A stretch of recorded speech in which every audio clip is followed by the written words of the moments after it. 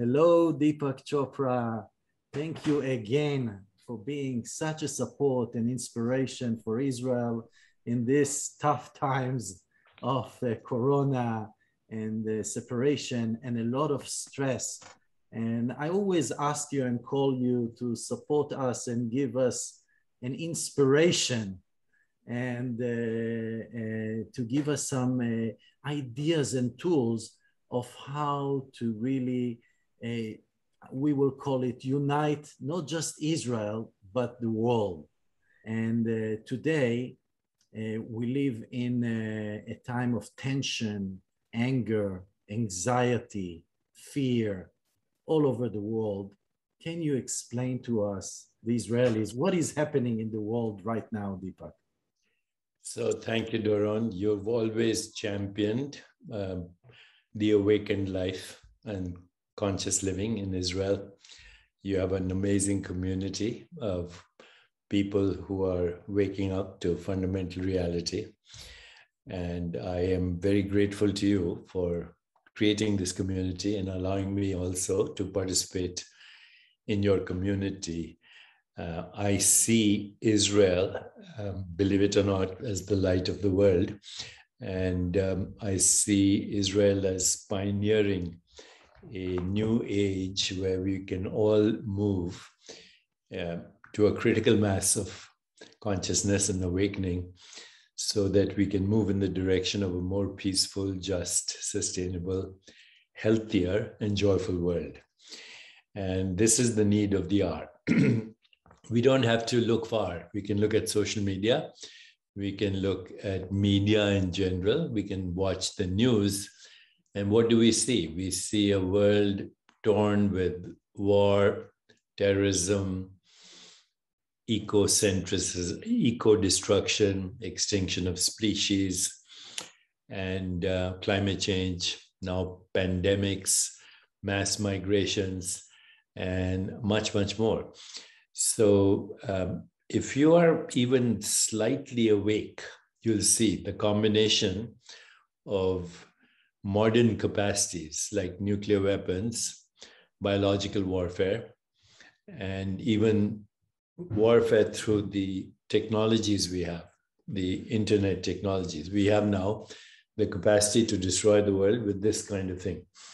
So we cannot afford a medieval mindset with modern capacities. Just yesterday, the US accidentally killed 7 children through drones. And this is what is happening all over the world. There is no solution if we continue our old habits. So we need a revolution of the spirit, and we need a death and a resurrection. We need the death of old stories, old paradigms, old ways of looking at relationships and everything, old context, old meaning, that has to die before a new story is born. This is called radical shift in collective consciousness. And because I see Israel as very advanced in their technologies, and technology is a very important part of today's conversation. We are having this conversation because of advanced technologies. We don't need news networks. We have the loudspeaker in our hands right now. And if our message is appealing, if our message is authentic, if our message is about higher purpose, calling, transcendence, peace, harmony, love, laughter, then I think the world can benefit. And I look forward to you and your community of conscious beings in Israel to lead this effort. Because there is extreme polarization right now in everything. It doesn't matter. It's the vaccine. It's how do we solve conflict. It's how do we treat chronic illness. It's how do we embark on a new culture. It's polarized. In the United States, for example, right now, you can't have a conversation about unity because both factions believe in their stories.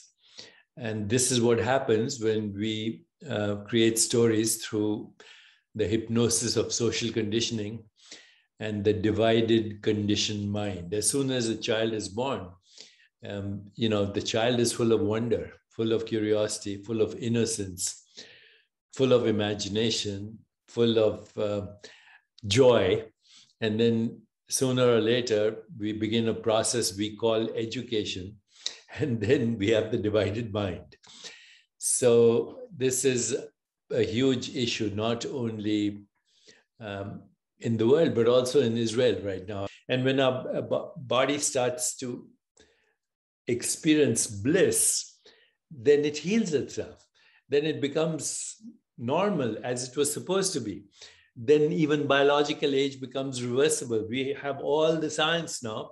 That's why I'm embarking on the longevity experiment. Maybe longevity is the best way to inspire people to create a world of peace, harmony, laughter, and love. So this is my message to Israel. You can lead this global movement and I'll be your biggest enthusiast. And Doron, you will be the biggest ambassador for this, starting with Israel. And then we create a pandemic of happiness. And the way to create happiness, there are many ways to create happiness. And today there are many social scientists who are working on what they call the happiness formula. Only 10% of our happiness comes from situations and circumstances. The rest comes from how we live our lives. And, the fastest way to be happy is to make one person happy. And how do you make one person happy? Give them attention, which means deep listening, affection, deep love and caring and compassion, appreciation, deep gratitude, and finally, acceptance. The 4 A's: attention, appreciation, affection, and acceptance. So make one person happy today. Tell that one person to make another person happy and the other person to make one person happy.